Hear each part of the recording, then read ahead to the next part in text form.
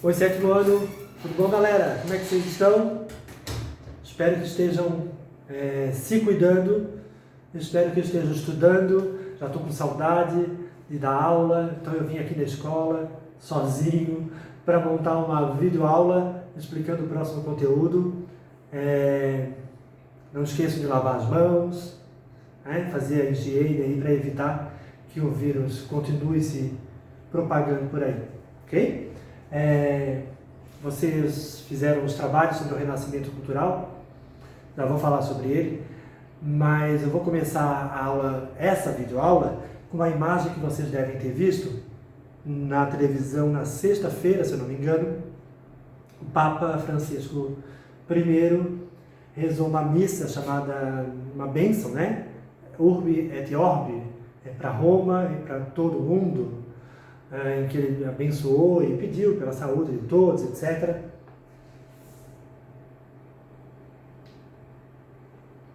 E ficou visível, e desolador o fato de o Papa estar sozinho fazendo essa cerimônia, que é acompanhado por milhares de pessoas que vão até Roma para ver essa missa, e o Papa, por conta do coronavírus, acaba fazendo sozinho.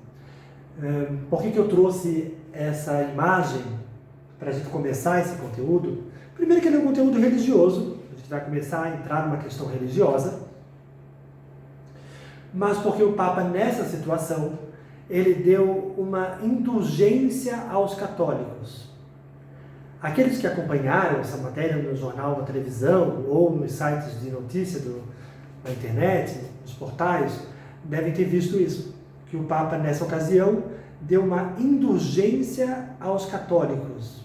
E ainda falou lá um número de católicos, mas eu não me recordo agora. O que é a tal da indulgência, vocês sabem?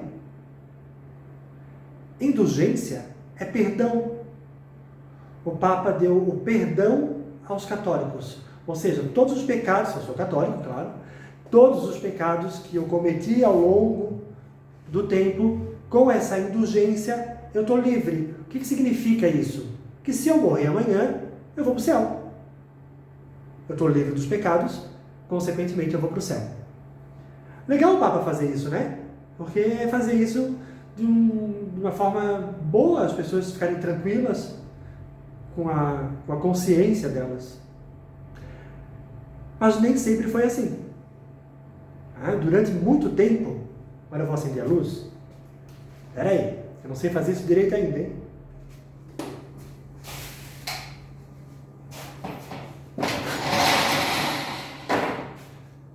Durante muito tempo, a Igreja Católica, que a gente viu que cresceu muito durante o período medieval, naquela época do período medieval, as pessoas viviam todas no campo. As pessoas não tinham acesso ao conhecimento, à escola, conhecimento. A única informação que chegava para elas, a única verdade que chegava para elas, era aquelas que o padre levava, que a religião levava. E sempre era uma leitura religiosa do mundo, uma leitura católica e religiosa do mundo. Esse era o conhecimento que as pessoas tinham. Tudo tinha a ver com a Bíblia, tudo tinha a ver com Deus. Isso tem bem a ver com a cultura medieval e com o teocentrismo medieval. Nessa época, e até um pouco depois, na Idade Moderna, era comum a Igreja Católica vender indulgência. Vendia o perdão para o pecado. Então, as pessoas cometiam algum pecado, mas podiam ir na igreja e comprar um documento que livrava ela desse pecado.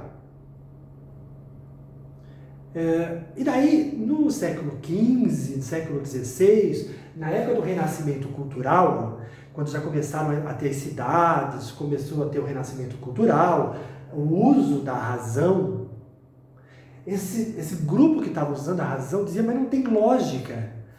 A igreja não tem lógica, a razão. A igreja é contra o comércio.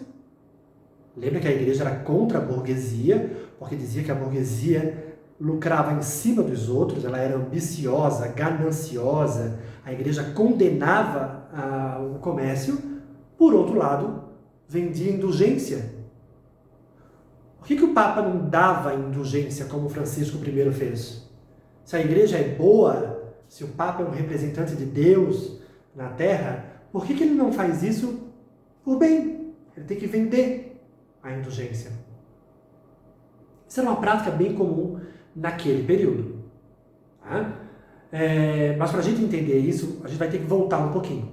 Lembrem lá que o renascimento urbano, a volta das cidades, e o renascimento comercial, o surgimento da burguesia, são situações novas na história. Né? Durante 1000 anos de Idade Média, praticamente não existiam ou não tinham muita importância. Agora, esse aglomerado, essas pessoas vivendo nos espaços urbanos, vão surgir novos desafios, novas perguntas, que o teocentrismo medieval já não conseguia dar conta. Os problemas do mundo moderno, uma explicação religiosa já não resolvia. Por isso que vai surgir o Renascimento Cultural, que é um movimento de filósofos, escritores, pintores, pensando o mundo não a partir da explicação religiosa, mas o mundo a partir da razão. E essa razão começa a questionar as práticas da própria igreja. E daí a gente vai ter que estudar um caso específico, o caso da Alemanha.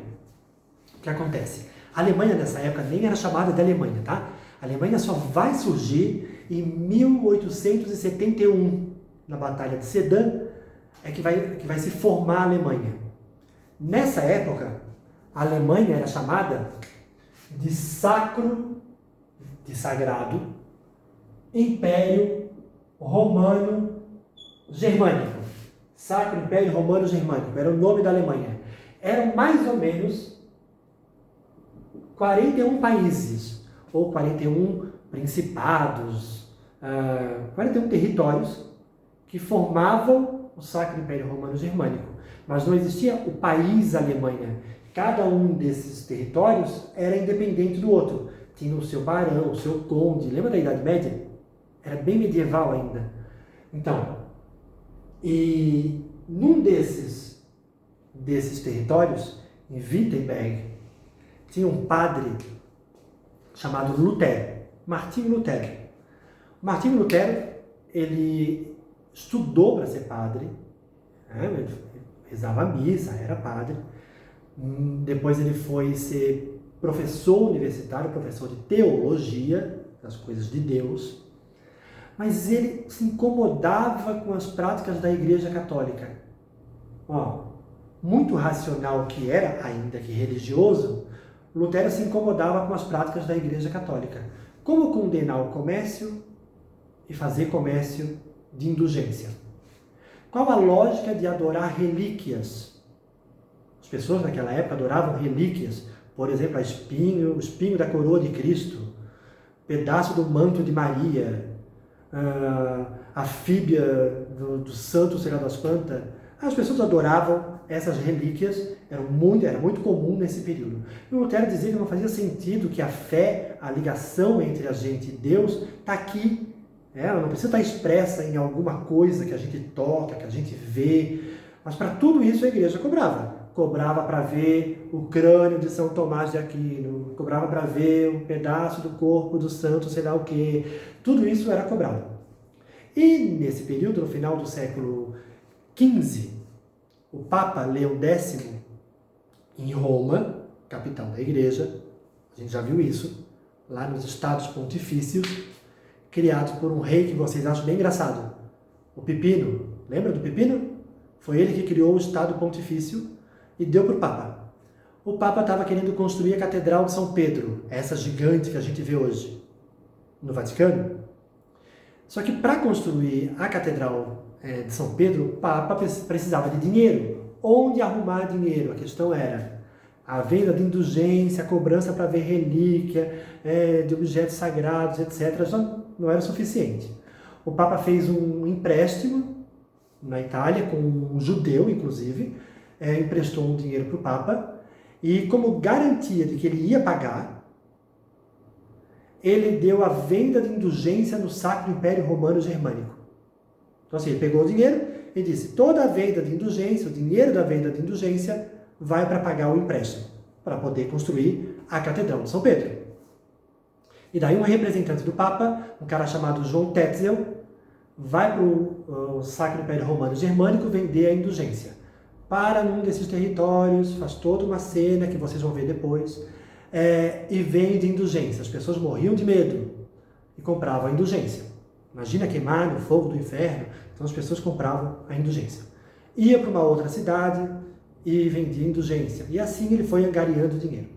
Quando chegou em Wittenberg, que era uma cidade importante, inclusive, tinha um rei, um príncipe, que colecionava relíquias, várias relíquias.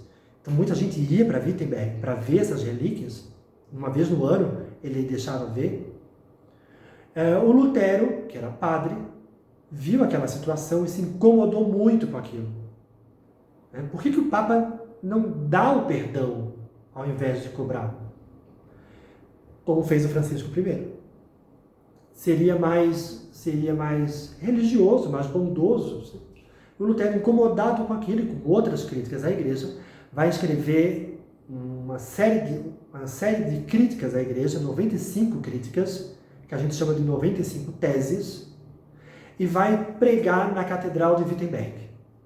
Vai imprimir naquela época já tinha imprensa, estava surgindo naquele período a imprensa, vai colar na Catedral de Wittenberg, as pessoas foram tendo acesso àquilo, multiplicaram aquele papel com a imprensa, as ideias do Lutero foram se espalhando, e os católicos começam a não querer mais comprar indulgência, não querer mais ir para a missa, não querer se confessar, não querer pagar para ver relíquia. Os católicos de Wittenberg, e depois dos principados, de ducados e baronatos ao redor de Wittenberg, também param de pagar para a Igreja Católica.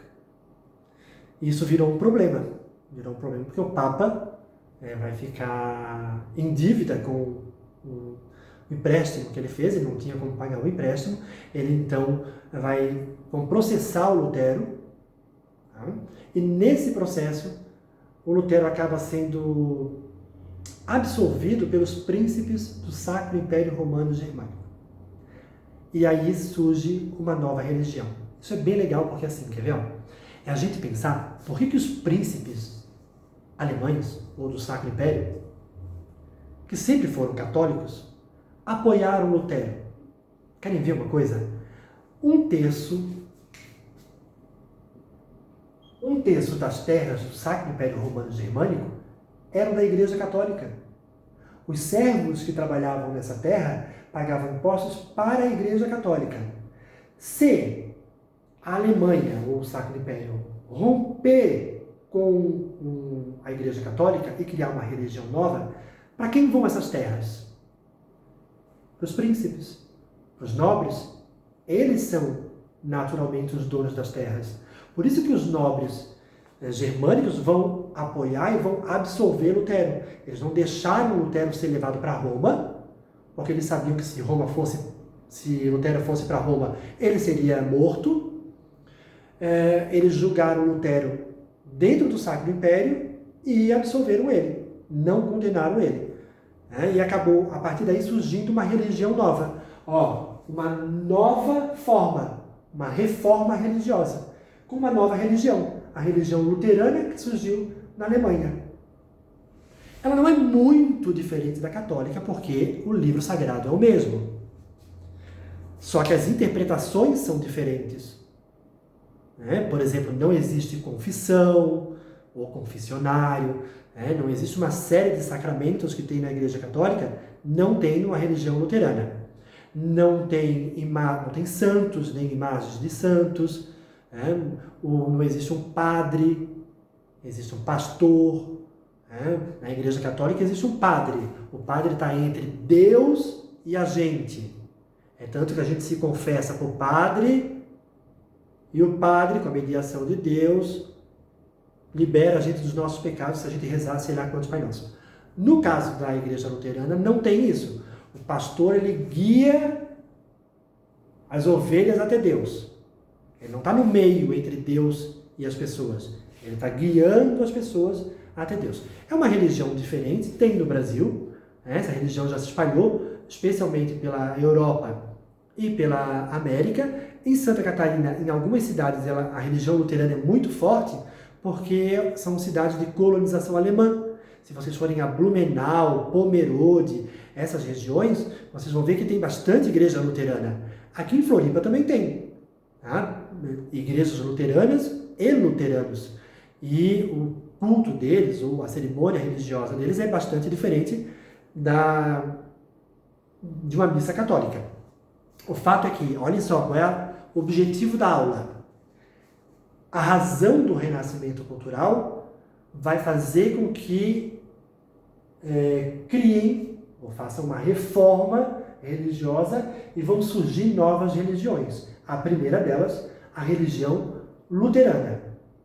Tá? Isso foi em 1517. 1517. O Brasil, os portugueses estavam começando a vir para o Brasil. 1517 ainda tem feudalismo em boa parte da Europa. 1517, os europeus estão começando a conhecer os astecas e os incas. Então, enquanto isso está acontecendo na América, lá na Europa, a vida na cidade, esse turbilhão de ideias que é a cidade, com o uso da razão, vai derrubar a Igreja Católica na Alemanha. E surge uma religião nova. Beleza?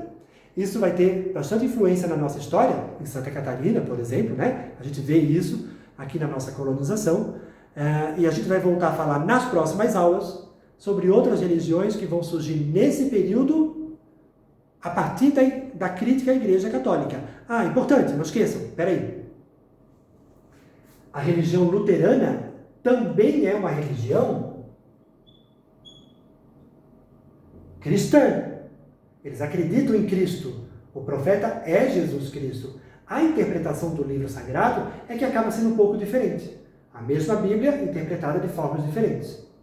Ok?